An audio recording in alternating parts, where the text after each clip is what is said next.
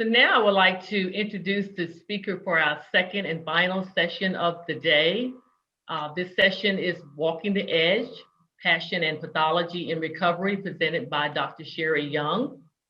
Sherry Young is a PhD, CSAT, and has worked in the behavioral health field as a clinical liaison, providing triage, assessment, admissions referral, and advocacy for clients of licensed therapists, psychologists, and psychiatrists who treat mental health and addictive disorders. From 1997 to the present, she has provided ongoing consultation for practice growth to therapists and counseling practices. She has worked for various companies in the behavioral health and addiction field since 2006 and is currently an independent consultant for a handful of companies who serve the needs of her referring clients. Dr. Young taught psychology and literature at the college level from 1986 to 1994 and directed university study programs in Rome, Italy from 1994 to 1997. She's a visionary who is highly skilled educator, strategist in business development, advocate for recovery and personal growth, and she inspires excellency and collaboration in all of her relationships. Dr. Young has 3 adult children and 6 grandchildren, ranging from the ages of 33 to 9, and loves family get-together. She lives in Taos, New Mexico, where she skis and hikes. She loves traveling abroad, culture, architecture, and classical music. Her favorite quote comes from the poet Rainer Maria Rilke: "Live the question. Now, perhaps in some distance, you will live your way into the answers." She says her superpower is her higher power, the God of her connections. By day, when I'm not skiing or hiking, I'm on the phone with therapists, clients, or family members, or traveling for face-to-face meetings with professionals to share healing resources. And I'd like to again introduce you to Dr. Sherry Young. Welcome, Dr. Young. Yes. Hello, everybody. Can you hear me? Yes. So I'm coming to you today from Austin, Texas. I'm in a hotel room, and fortunately, I have a millennial colleague here with me who's going to help me share my screen with you. Okay, so go to share screen on the green button. So just give me a second here. No problem. And then there you get the percent thing. You can minimize those. Yep, you got it. And do that. Okay. Do they want to see me? They can still see you. You can see me? Yes. Okay, perfect. And can you see my screen okay? We can. Very good. Okay, awesome. Thank you. Yeah, this is one of the issues of being old, and the joy of having a colleague who gets this technology. So I am grateful to be with NOAP today. I've known NOAP for many, many years, have worked peripherally with your programs, have been involved with nurse peer support programs, and then for, I think probably 16 years of my professional career, worked with physician health programs nationally, the state programs, and as well as the federation. So I personally am a professional in long-term recovery. And I'm really so grateful to be here with you today to be talking about this topic, because it's a topic that has been a core source of my recovery. And I'm just delighted to share with you. I know that all of you on this in this presentation are healers of one kind or another. I know that you have a heart for people. And because of that, cultivating a foundation for healthy service, for recovery, and for self-care is essential to the work that you're going to be able to do with others. So I just want to acknowledge at the beginning of this presentation that much of the teaching of it comes from Joan Halifax, who is a Buddhist teacher, Zen priest, and anthropologist. She's founder, abbot, and head teacher at Upaya Institute and Zen Center in Santa Fe, New Mexico. And she's author of a book that really has come to mean a lot to me, Standing at the Edge, Finding Freedom Where Fear and Courage Meet. This teaching also comes from my own passion to help and to fix, and the lessons that have come to me because of that. So I want to say thank you, Joan. You've been my teacher, and I honor you by teaching others. Okay, let me.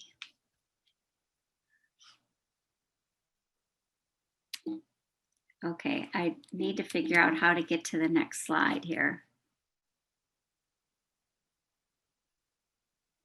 There's arrows down on the bottom left, or you can. Got it. Thank you so much. Thanks for that help. So, just for the next hour or so, we want to talk about identifying what that edge is, that edge between passion and pathology. And what are those precarious points where passion and pathology walk that fine line in recovery, self-care, and service? And we want to be able, at the end of this presentation, to name ways to cultivate care, containment, and spiritual resourcing.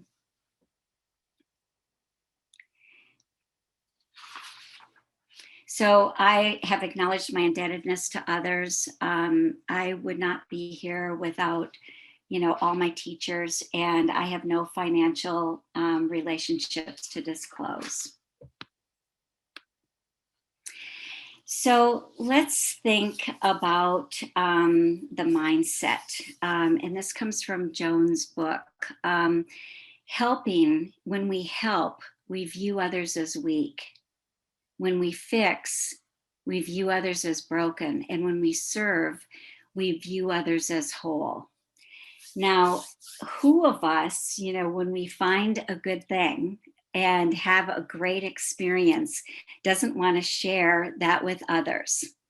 I mean, I think all of us, it's just a natural, response to experiencing good in our lives. But when altruism goes over the edge and into the abyss, it becomes pathological altruism. So we're giving away. And what I want to say is out of, an extrinsic or external sense of resources. And this is a term that's used in social psychology. So altruism that is sourced in fear, approval, the compulsion to fix, or unhealthy power dynamics easily crosses that line into harm. And who of us hasn't at one point or another become enmeshed either with our children, our grandchildren, our students, our anybody that we're trying to bring along. And I can remember many times in my life thinking, I don't want them to make the same mistakes I made. And I'm just here to tell you, I'm an old gal at this point. I'll be 76 this summer. And I am here to tell you that when we try to save people from mistakes, we're saving them from the most valuable and transformative lessons of their lives. And it doesn't mean that we're not there, to serve others. We are. But I want to talk about how we can do that in a really healthy way.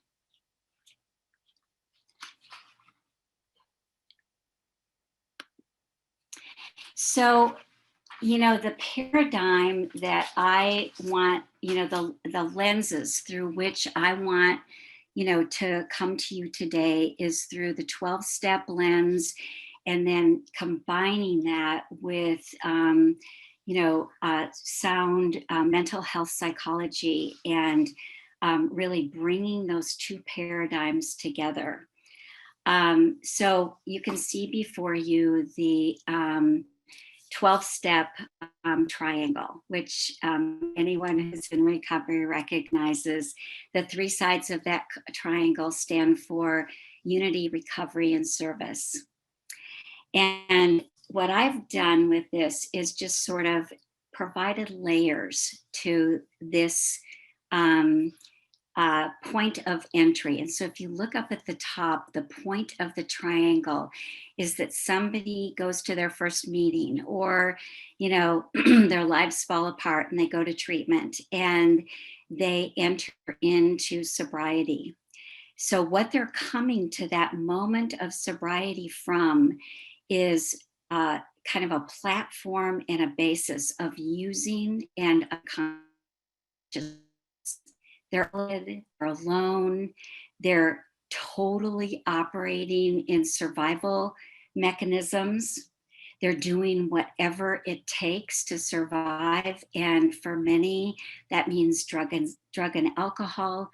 It means using people. It means scratching and clawing to make one's life work, especially as it continues to fall apart. And I want to distinguish today for us the difference between sobriety and that next layer down, which is about recovery and healing. And in that process of recovery and healing, we begin to wake up. We begin to see, and for those of you who are, you know, actually in recovery, you know, you may have heard in the rooms, you know, we come to, and we come to believe. So it's a process and an entry of basically, you know, being able to shift our thinking and our focus from the self to actually, for the first time for many of us, being able to truly see or hear another human being. And that is what I think is the beginning of healing. It doesn't happen without that first moment, that layer of sobriety. But I'm here to tell you that there are a lot of people who are sober today, and, you know, they don't know the first thing about recovery. They haven't experienced recovery or healing. And it's that old phrase, you know, what do you get when you sober up a horse thief? A sober horse thief. Or what do you get when you have a know-it-all professor who gets sober? Initially, you have a know-it-all professor who's now sober and hopefully can move to that next level of recovery and healing. And then the final foundation, or the biggest point of the triangle, is about wholeness and emotional sobriety. So that's what we're going to be talking about today, because that is what is going to keep us from that slippery slope and that abyss where we slip off into pathology and we're operating out of, you know, that need for approval, or that fear of not doing it right, or that compulsion to fix, or those power dynamics that come into play so often.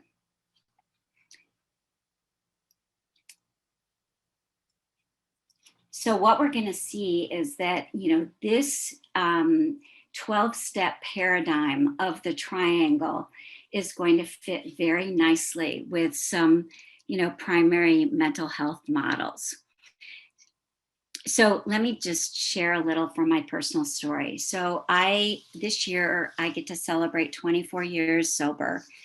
At about 10 years sober, I was a sober workaholic. I had, you know, basically thrown myself into, you know, what I thought was recovery, but basically I'd switched addictions. So I was workaholic. I was, you know, basically a know-it-all, and, you know, basically running the show. So when people talk about, you know, the God of their understanding, at that point in my life, the God of my understanding was the rubber stamp God. And I used to have plans. I had plans about everything. I had strategies, and I had, lists of my lists.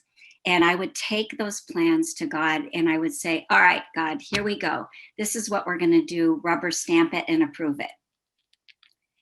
Well, you can imagine how that went. And so here we are at 10 years sober.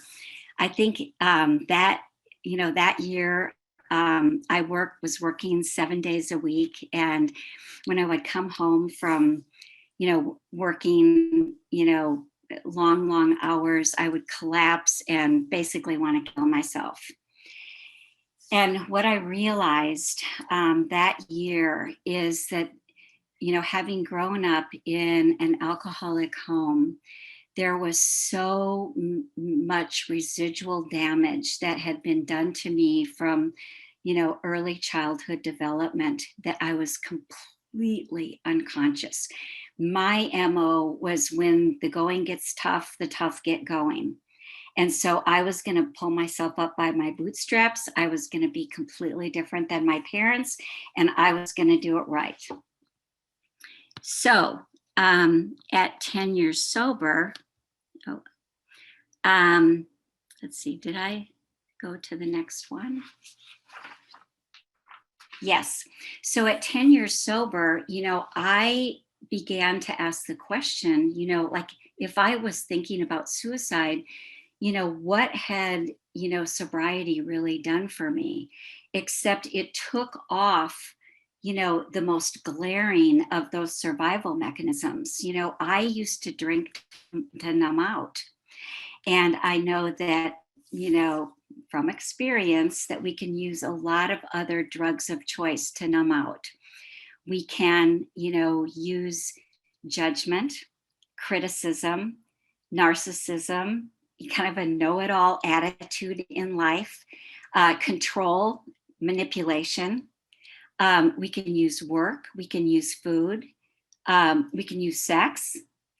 All of these things are drugs of choice that help us, not feel the way that we're feeling. And so what sobriety did for me is it really ripped the Band-Aid off.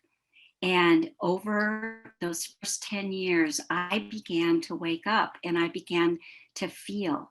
And I no longer had, the drug that had worked so long for me. So emotional sobriety is really being willing to sit with that awareness, that discomfort, and go below the surface. And to begin to recognize some of those very early trauma bonds or attachment wounds, which can be described as anything less than nurturing. I grew up in a family where I always had clean clothes to wear to school, but my dad was an alcoholic, and the focus of our family was on him and the chaos that he was creating in our home. So those trauma bonds, I learned survival mechanisms back there. And one of my major survival mechanisms was that of escape. So fortunately, in the early part of my life, I escaped into sports and education. I was a good student, and it worked for me until it didn't work. And I want you to remember that phrase. So, whatever you're doing, you're doing it because it works, and it works until it doesn't work. And so I'm hoping that the message that we're sharing together today at some point, will really, send you in the direction of the depths of your life. Because down there where it's really messy, down there where you're really wounded, that's where the healing is. And so those attachment wounds really at some point need to be repatterned. So I was avoidant, anxious, and disorganized. And today I can tell you, through the grace of God and, the fellowship of recovery and so many spiritual mentors and teachers, and actually through being in the treatment industry, I've been able to establish a secure, safe, and whole relationship to self, to others, and to my God. But those family of origin survival strategies had to be identified first. So we always, say, how do we know what is below the surface? About 7 years ago, I became aware of the ACE study, which is the adverse childhood experiences. It was done by Kaiser Permanente back in the late 80s, early 90s. And basically they identified and how many of you are, how many of you are familiar with the ACE study? Kind of nod your head. Yeah, perfect. I'm not going to spend a lot of time on the details here, but basically on the one hand, you have abuse, which, can be emotional, physical, or sexual. On the other hand, you have neglect, which is emotional or physical. And in the midst of those, and many times because of those, there's a lot of household challenges. So a mother being treated violently, or a mother, acting violently, substance, abuse, mental illness, separation, divorce, sometimes revolving door of men, going through the house, or women. It works kind of both ways, right? And incarceration. But I also want to add to these scales that abuse can be a benign or overt. And so think about this in terms of emotional abuse. It may not be a parent screaming at you, but it's those snide comments like, it looks like you've gained, a lot of weight. Or why do you feel the need to eat so much? Or, that boy is not a good boy for you. Just undermining, choices and, life lessons and discernment. So what we know from the ACE study is that this is, it's really a recipe for disaster. And, at the bottom of this particular triangle is intergenerational or historical trauma, which I think all of us this past year, thanks to, the racial unrest and volatility in our country, are becoming much more sensitive to historical trauma. And I personally live in Taos, New Mexico, and so I have many Indigenous friends, and I have become much more conscious of their historical trauma and the devastation that it has caused for families and social, conditions, and adverse childhood experiences, which can be big T traumas like, rape or incest, little T traumas, like bullying and name calling and character assassination, social, emotional, and cognitive impairment. And then, the adoption of health risk behavior, disease, because high stress often contributes to disease, disability, and then ultimately early death. So what I call this, is I want to talk about addiction interaction. And I've already talked a little bit about substances, and, we won't spend most of our time there, but we'll talk also about core affect states. So despair, intensity, risk, self-loathing, shame, misery, and rage. And on the other hand, let me just get rid of this for a second. So the processes, food, sex, love. We've heard of the term love addiction, sex addiction, even if it isn't in the DSM. So many lives are impacted by that. And I actually, love working with those populations. Work, hang on a second. Work, money, How many people in their recovery really get down to, what their core values are with their spending, and then helping and fixing others, which can be an addiction. And then relationships, do we choose relationships because of a traumatic bonding and because we haven't broken the family of origin, patterns of relating? Do we seek out relationships, through a kind of love addiction because of what we think we're going to get out of it? And, do our attachment wounds, really catapult these relationships? So the addiction interaction is basically a cycle of arousal and pleasure with numbing, satiation, deprivation, craving, fantasy, escape, disassociation, and then we go the arousal and pleasure again. So, it's just a cycle, and I call this the whack-a-mole cycle.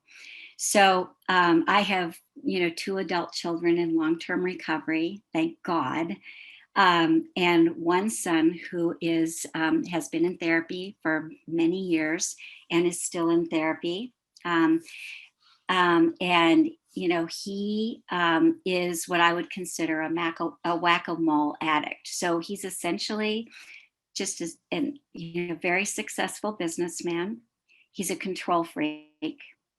He drinks until he decides that that's not working for him anymore. And somehow he's able to stop that. And then he, calls me and says that he's bought, a 5-pound bag of M&Ms and that he's eaten it. And then he goes from the sugar addiction to the, full on crazy exercise addiction. And from that, into, work addiction and back to the alcohol. So, he's just somebody who has it all going on. And that's okay, because it works until it doesn't work. And so I'm, in acceptance of that, support of him. I love him dearly. And he's going to find his way. He's going to figure it out, just like I had to. So the hidden addictions, and these are the more subtle, benign issues that we've been alluding to. So I am a student of Richard Rohr, who is, a Franciscan priest in Albuquerque, New Mexico. I read his daily meditations, and he says that at the very core, all of us are at the very least addicted to our own way of thinking. And boy, did he hit the nail on the head for me on that one. How many of us are addicted to anger or judgment or criticism or cynicism? Still, this far into recovery and even, I would say, emotional sobriety for me, there are days where nobody's doing it right. And I'm tempted to tell them how to do it. So work and busyness is another, huge hidden addiction. And manipulation and using. So I just want to say that all of these things can be really good things. Just like, I don't think that, there's anything wrong with drinking in and of itself. There's nothing wrong with sex, for sure. Food is good. But we have the ability to distort and misuse for our own purposes and to, basically change the way that we feel. So what does healing below the surface look like? It looks like, creating a safe container of health and wholeness. So back when I was running study abroad programs in Rome, Italy, one of the professors was from Norway, and his name was Christian Norberg Schultz. He was an architect and a teacher of architecture, and he used to come and spend a month dealing with, the university students in Rome and talking with them about architecture. And he wrote a book that I read part of at one point, and he made this statement. He said, dwelling is to be at peace in a protected place. And I love that. I was really responsive to that. I was drawn to that statement because I wanted so desperately to be at peace in a protected place. And I'm here to tell you that that protected place for me was him, it, the job, the house, the clothes, the shoes. And, none of those things protected me. And I remember working late. This was right at kind of at the end of my major workaholism phase, around 10 years sober. And I had typed that statement and I had taped it to the top of my computer. And I was working late. I think it was about 10 o'clock at night. And I read that statement and I started laughing. And I said, oh my God, if that protected place is not me, nothing out there is going to protect me. I have to be the protected place. And really, that was the beginning of ushering me into those lower levels of healing and emotional sobriety. It was about that point that I began to put the pieces together from my childhood and realized that I had been sexually abused by my dad, who was an alcoholic binge drinker. And, he actually died when I was a senior in college. And he was 49 years old and died of a massive coronary long before I began to put these pieces together. And so I knew that I really needed to do some work around that.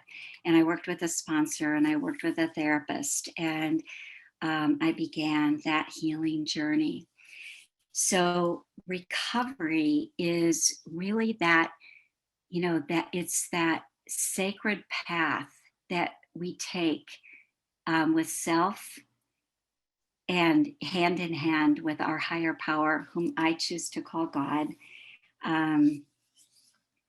Even though I've been influenced by the Buddhists and by the indigenous folk, I love that. And also unity, finding that that ability to have transparent relationships with others, where you're not putting on a show any longer or, doing things for approval, but you're willing to come clean and you have a trusted group of people that you can do that with and share, your authentic self. And then finally, entering into service that comes out of that fullness and that ability to give out of what's inside you, not out of any external reasons. Is that making sense to all of you? Okay, I see your heads shaking, so that's a good thing. So what is, let me see if I can move this thing. Growth, let me go back.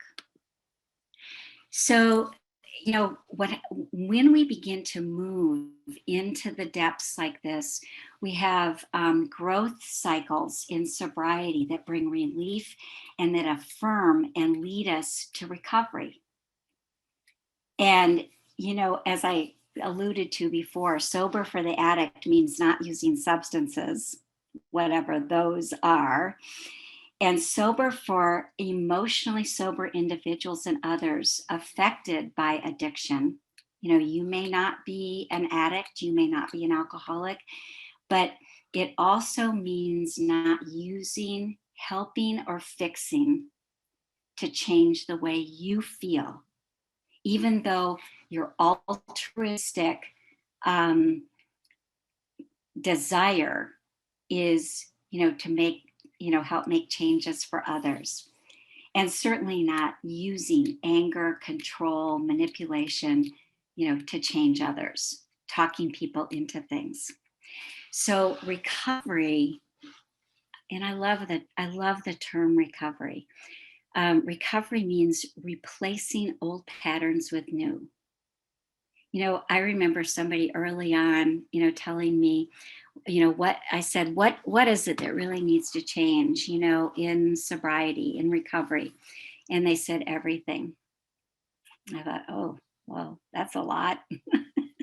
I don't know whether I was signing up for this. I was really just signing up to learn how to drink like a lady.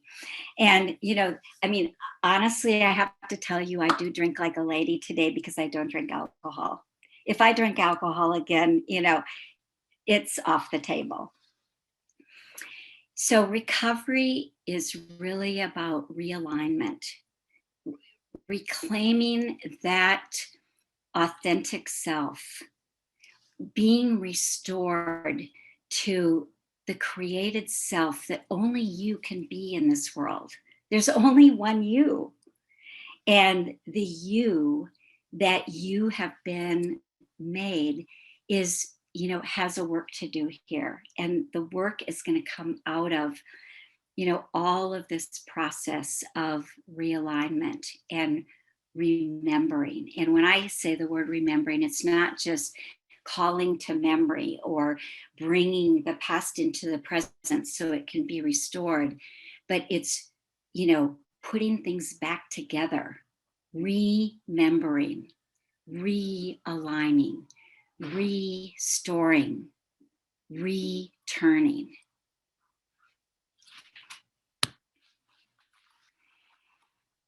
So walking the edge is the place where we find, that kind of middle ground between fear and courage. Dr. Rachel Naomi Remen said, helping, fixing, and serving represent three different ways of life. When you help, you see life as weak. When you fix, you see life as broken.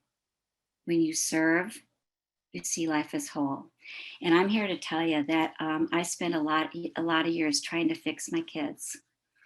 And I got sober back in 1997. And basically I knew that I didn't have anything really to offer anybody. And so I stopped looking at them. And 8 years later, my youngest daughter followed me into sobriety, and she, is in long-term recovery, and she is raising 3 beautiful children. But when I was fixing them, I was fixing out of an extrinsic or external sense of what I thought they needed instead of looking at me. And when I turned my gaze from them to basically changing my life and finding, healing for myself, they've followed suit, every single one of them, even the one who's still whack-a-mole.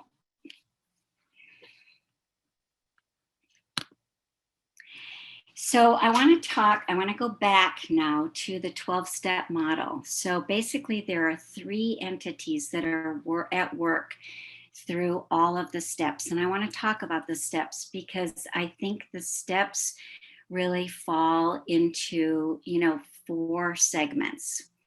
So steps 1, 2, and 3 are about who's my source and how do I cultivate conscious contact with my source. And the beauty of 12-step recovery is that, you don't even have to know who or what your source is. You start with where you are. Some people are even invited, to, choose, a source. So maybe nature or energy or, the earth. They start wherever they are, and wherever you are and wherever you're starting is good, because I think when you open that door to start at all, it is going to lead you step by step by step. You have entered into a relationship with Source itself, and you're going to be led to those next steps. So steps 4 through 7 are about conscious alignment with that power source. And this is kind of where things begin to change. So that rubber stamp God that I had back in the beginning, that isn't my God anymore. And I basically show up every day and I say, God, I have no clue what I'm doing today.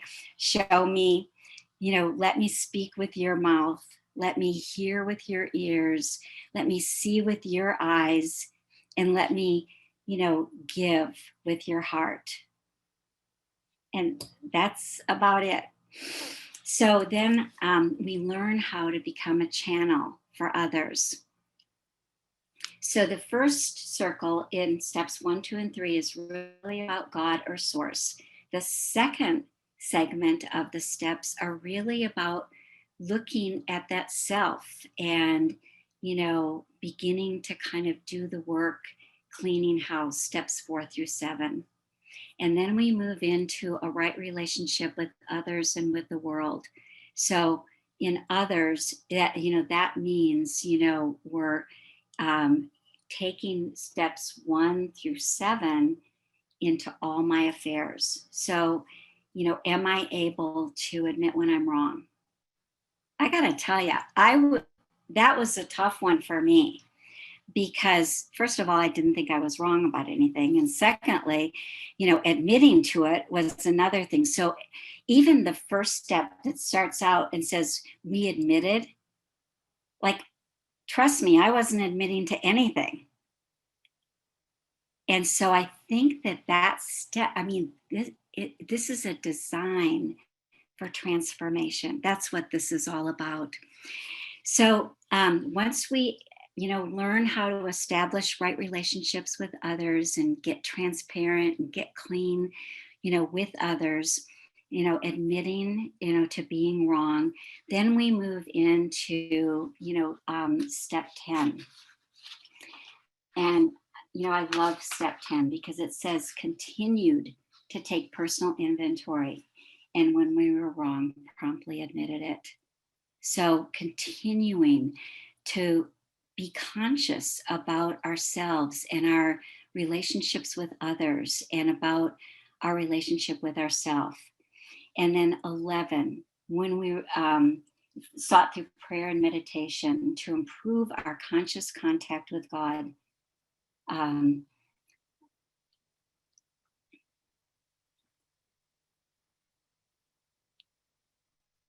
then 12, having had, and I love that verb. That's one of my favorite, verbs. It's a passive progressive, form of a verb that means it's an action that starts in the past and it keeps on continuing. So it's sort of like this momentum that grows as we move into the present and into the future. So having had a spiritual awakening as the result of these steps, we carry the message to others and practice the principles in all our affairs. So this is an authenticity cycle that includes creature, that would be me, creator, and all of creation.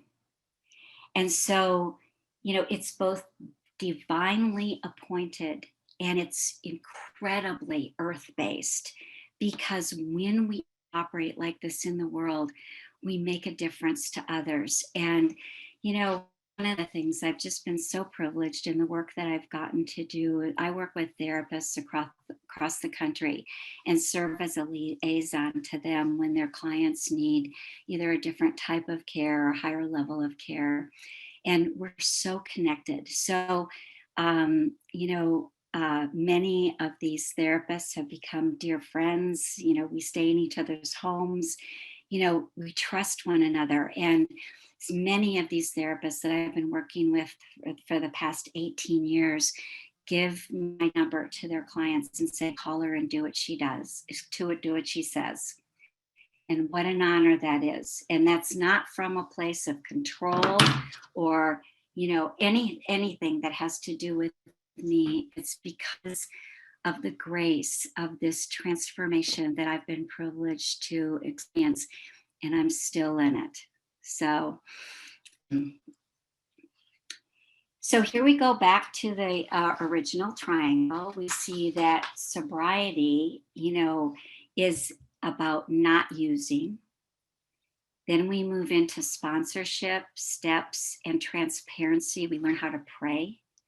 I have the privilege of having an Al-Anon sponsor who is a Dene woman who happens to lead Indigenous healing ceremonies all over the world. And I thought I knew how to pray until I started to pray with her. And she takes me to the river and we pray at the Rio Grande River. And it has been one of the most healing and beautiful experiences of my life because she connects to everything and she honors everything and everyone. So it's about connecting, it's about becoming conscious. And think of taking all of that into that lower level of the triangle where we get to be and live wellness and wholeness, and we're living free. And it's not about the rules anymore. It's about, really, how serving can really impact another person. So this work is really both about contemplation and action. It's an inner work and an outer work. It's about really taking things in and learning how to see them whole. So contemplation without action becomes isolation, narcissism, and violence to self, and projecting onto others. And my, dear mentor, Father Richard Rohr says, pain that is not transformed is transmuted. Or he shortens that to say, hurt people hurt people. So as long as we're hurting, no matter how much we want to help, that pain is going to get transmuted to others.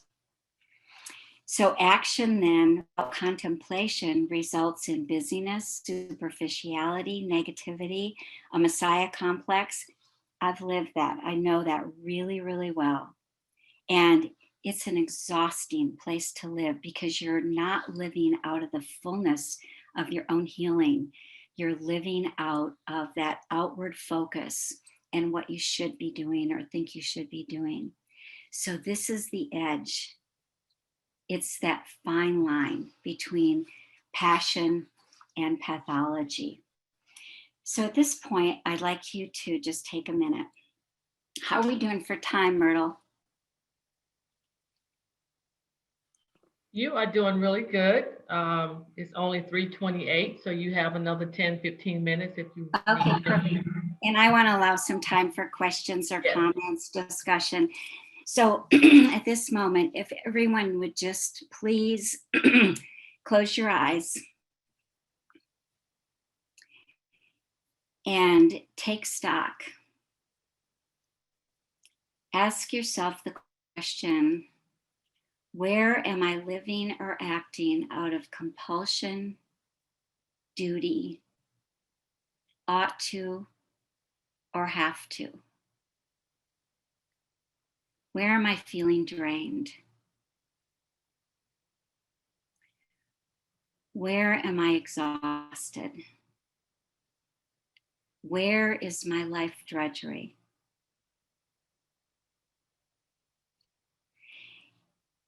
And I want you to invite the gentleness of spirit into these questions and those answers that you might have just glanced at, and ask for any guidance about any changes that you'll make as a result of your discoveries today.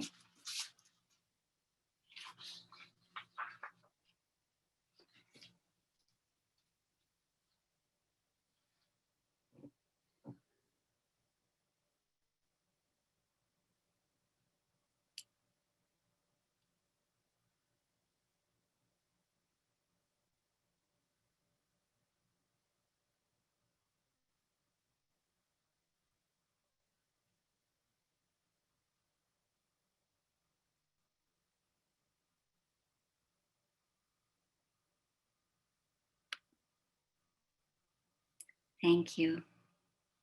I'd like to invite you to create a container of your life. I'd like to call it a chalice of grace. And caring for that chalice is your sacred calling. Before you do anything else, before you do anything for others. And I'd like to end today's, before we move into questions and discussion, is read you a poem from Khalil Gibran. And that poem is called Fear. It is said that before entering the sea, a river trembles with fear. She looks back at the path she's traveled from the peaks of the mountains, the long winding road crossing forests and villages. And in front of her, she sees an ocean so vast that to enter, there seems nothing more than to disappear forever. But there's no other way. The river cannot go back. Nobody can go back. To go back is impossible in existence. The river needs to take the risk of entering the ocean, because only then will fear disappear. Because that's where the river will know it's not about disappearing into the ocean, but of becoming the ocean.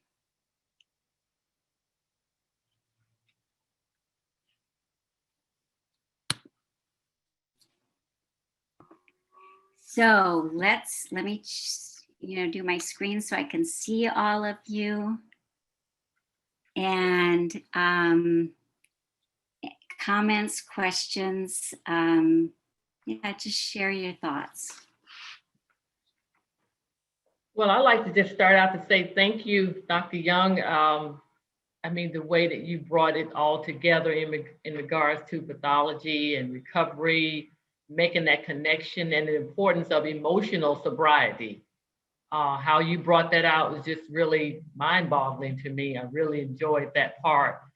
And that quote you used, "It works until it works," that is so true. And when we have that recognition in our own lives, that's a part of recovery as well. And just having that emotional sobriety. But one thing you had mentioned about how abuse can be overt or benign. Can you expound a little bit more about that? Yeah, so I think so many of us think of the big capital T traumas. And, I once watched a therapist do a presentation on Madeline Murray's trauma egg. And this therapist basically drew on the board, a series of lowercase traumas and drew them in the form of a big capital T. So all those little minor, bullies, character assassinations, those ways that, your self-worth or your self-image are undermined. Even as a mother, when I was operating, those children couldn't do it themselves, that they really needed my help, I was delivering the message that, I don't think you're capable.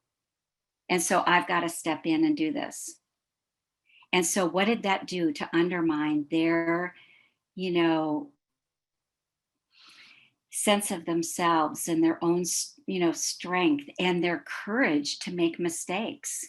Because that's how we all learn, right? I mean, that's the truth of things. So things like that, Myrtle, that's what I'm thinking of. Okay. Yeah, I like the way you started it out about that the mistakes is something we try to avoid, but we really do need to embrace them because that's where the learning process really happens. So Exactly right. yeah. Yeah. Any questions, comments? Any other thoughts? Yeah.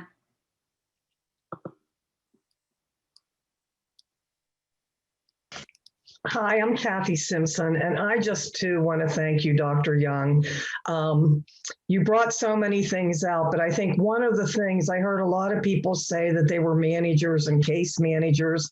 And when our job makes us responsible for caring for others, which I think most of us got into this field because we were fixers or caregivers.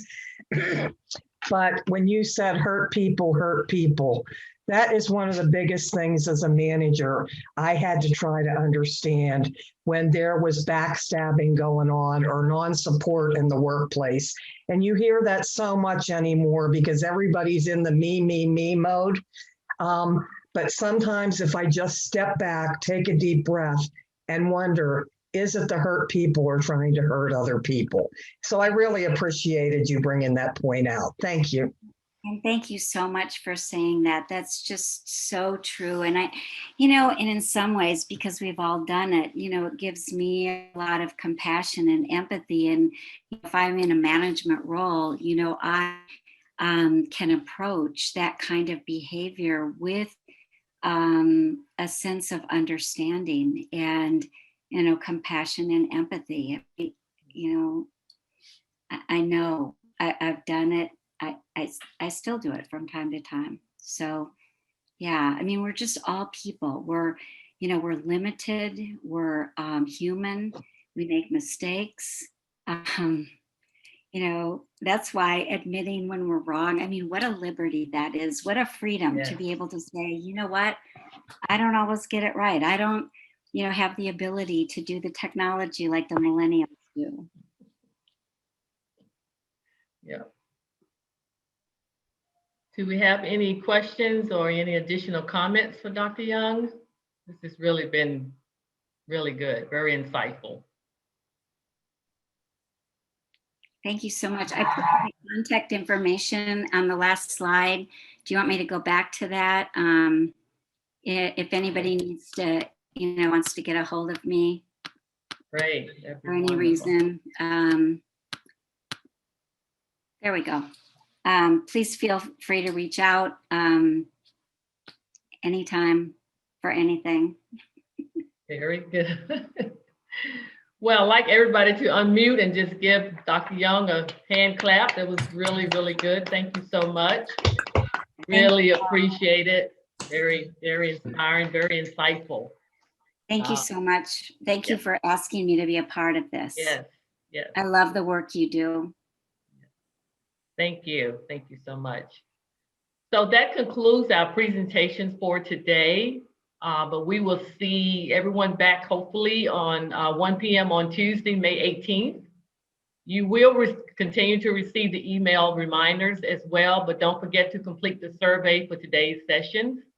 The surveys can be found on the schedule page of the NOAP website. You also will receive email reminders about the access links for May 18th, but the Zoom link and the passcode are the same as the ones you used today. Again, thank everyone. I think we had a great time today interacting and working together and just talking and communicating.